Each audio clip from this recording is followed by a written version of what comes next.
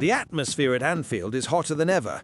The name of Mo Salah, one of the greatest legends of modern Liverpool, has once again dominated the headlines. And not for the usual reasons. For the first time in a long while, the Egyptian star started a major match on the bench during the 5-1 thrashing of Eintracht Frankfurt in the Champions League. The decision by Arne Slot, the Reds' new manager, sparked a fuse. Could Salah's reign at Anfield be coming to an end? The simple image of the number 11 sitting on the bench, watching his teammates decide the game, was enough to ignite a flood of theories. Some supporters saw it as a strategy for rest, something natural for a 33-year-old player who has carried the team on his shoulders for nearly a decade. Others, however, interpreted it as the start of a new cycle, a sign that Slot might be laying the groundwork for the succession of his top star. It's easy to understand the weight of this debate. Since joining the club, Salah has become synonymous with glory, speed, and goals. With 248 goals in 413 games, he ranks third on Liverpool's all-time scoring list, behind only the legendary Ian Rush, 346, and Roger Hunt, 285. For almost 8 years, the Egyptian has been the offensive soul of the team, the player who turned forgettable matches into epic victories. But like every idol, Salah now faces the inevitable shadow of time, and recent statistics have raised eyebrows. In his last 6 games, the star has not found the net. The brilliance that once mesmerized now seems to be slowly fading. For some analysts, the benching was purely a tactical decision. For others, it was a symbolic gesture, the beginning of a transition. The fact is, Liverpool's victory without Salah on the pitch reinforced a question few dared to voice aloud. Has the team already started learning to live without their greatest star? The British press has plunged headlong into the speculation. 2 prominent journalists have offered completely opposing views on the striker's future. Pete O'Rourke from Football Insider insists that Liverpool has no plans to sell Salah neither in January nor next summer. According to him, the club recognises the Egyptian's importance not only on the field but also off it, as a global symbol of the Liverpool brand. O'Rourke also argues that Salah still has a say in his own destiny. His influence in Merseyside is such that any decision about his future will largely depend on what he wants. Not everyone shares that optimism. Graham Bailey, a well-known transfer expert, sees the situation very differently. To him, Salah's clock has already started ticking. "We are in Mo Salah's final act," he stated. "Liverpool are planning his succession, either next season or the one after." Bailey believes a sale in the summer of 2026 could be beneficial for all parties, a dignified closure to a glorious era. And he has solid arguments. The club recently invested over £300 million in young talents such as Hugo Ekitike, Florian Wirtz, and Alexander Isak, 3 forwards who, together, seem to form Slot's new attacking generation. The reasoning is simple. Liverpool is reinventing itself, and this transformation may signal the end of Salah's cycle. He is still one of the Premier League's best players, Bailey reflected, but every epic story needs a final chapter, and perhaps we're approaching it. The debate intensified when 2 iconic former players, Jamie Carragher and Joleon Lescott, publicly disagreed over Slot's decision.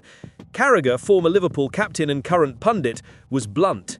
"We're at the stage where Mo Salah should no longer be a guaranteed starter every week." According to him, the Egyptian remains a legend, but no longer shows the same physical and technical impact as before. For Carragher, Slot is right to begin managing the player's involvement more carefully, especially on away matches. At 33, it's natural he cannot maintain the same pace. It's time to give others a chance to shine. Lescott, on the other hand, fiercely defended the star. "I don't think Salah should be sidelined," he countered. For the former England defender, the number 11 still produces the same volume of play, but the team needs to rediscover how to put him in scoring positions. He still occupies the same zones on the pitch, receiving the ball where he has always been lethal. The problem isn't him, it's the system. If Liverpool feed him the right balls again, he will be decisive once more. Lescott even drew an interesting comparison with Manchester City's Erling Haaland. Haaland doesn't need to create chances, he just needs the ball to reach him. Salah is similar. Give him clear opportunities and he will do the rest.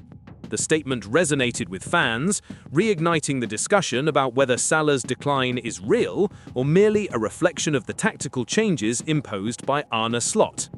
Meanwhile, the Dutch manager continues his work with composure. Slot is known for his meticulous vision and a style of play based on intensity, mobility, and high pressing. Since his arrival, Liverpool have shown glimpses of a new DNA, more collective, less dependent on individual brilliance. The thrashing of Frankfurt was a clear example. 5 goals scored by different players, all executing precisely what Slot has been coaching since pre-season. Ironically, this overwhelming victory without Salah as a starter only fueled the suspense. Fans are asking themselves, is this the harbinger of a new era or merely a tactical adjustment in a long, demanding season? Despite the speculation, Salah still shares a unique bond with the club and the supporters. No player at Anfield receives such fervent ovations. His name echoes around the stands even before the ball is kicked, and his image adorns flags, murals, and hearts. It is hard to imagine Liverpool without him, but equally impossible to ignore that football, like life, is made of cycles. The question hangs in the air like a storm cloud. Will Salah accept a secondary role in the coming years, or will he seek new challenges, perhaps on another continent, as has been widely speculated regarding interest from Saudi Arabia? For now, Arne Slot avoids feeding the rumours. In press conferences, he speaks only of technical decisions and squad management, leaving that typical ambiguity of great strategists in the air. Even so, the future remains uncertain. Liverpool may be rebuilding, but Salah is still Salah, a player who defies the odds, an athlete driven by faith, pride, and an unwavering obsession with winning. No one in the squad has his aura, his charisma, his history. Perhaps that is exactly why the thought of seeing him leave feels so hard to accept. Behind the scenes, rumours also suggest that Real Madrid is eyeing a Liverpool midfielder for the January window, while another veteran is expected to depart once a new signing is confirmed. All of this indicates that Arne Slot is shaping the squad in his image, a more modern, dynamic, and adaptable Liverpool, but never losing the soul that supporters cherish.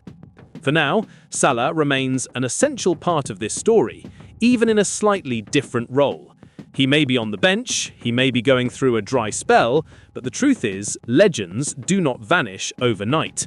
Perhaps what we are witnessing is not the end, but a new beginning. A chapter in which Mo Salah will once again need to prove why his name is etched among the greatest of all time. And if there is one thing the football world has learned about the Egyptian pharaoh, it is this: never underestimate him. Because it takes just one flash, one touch, one goal to change the narrative all over again.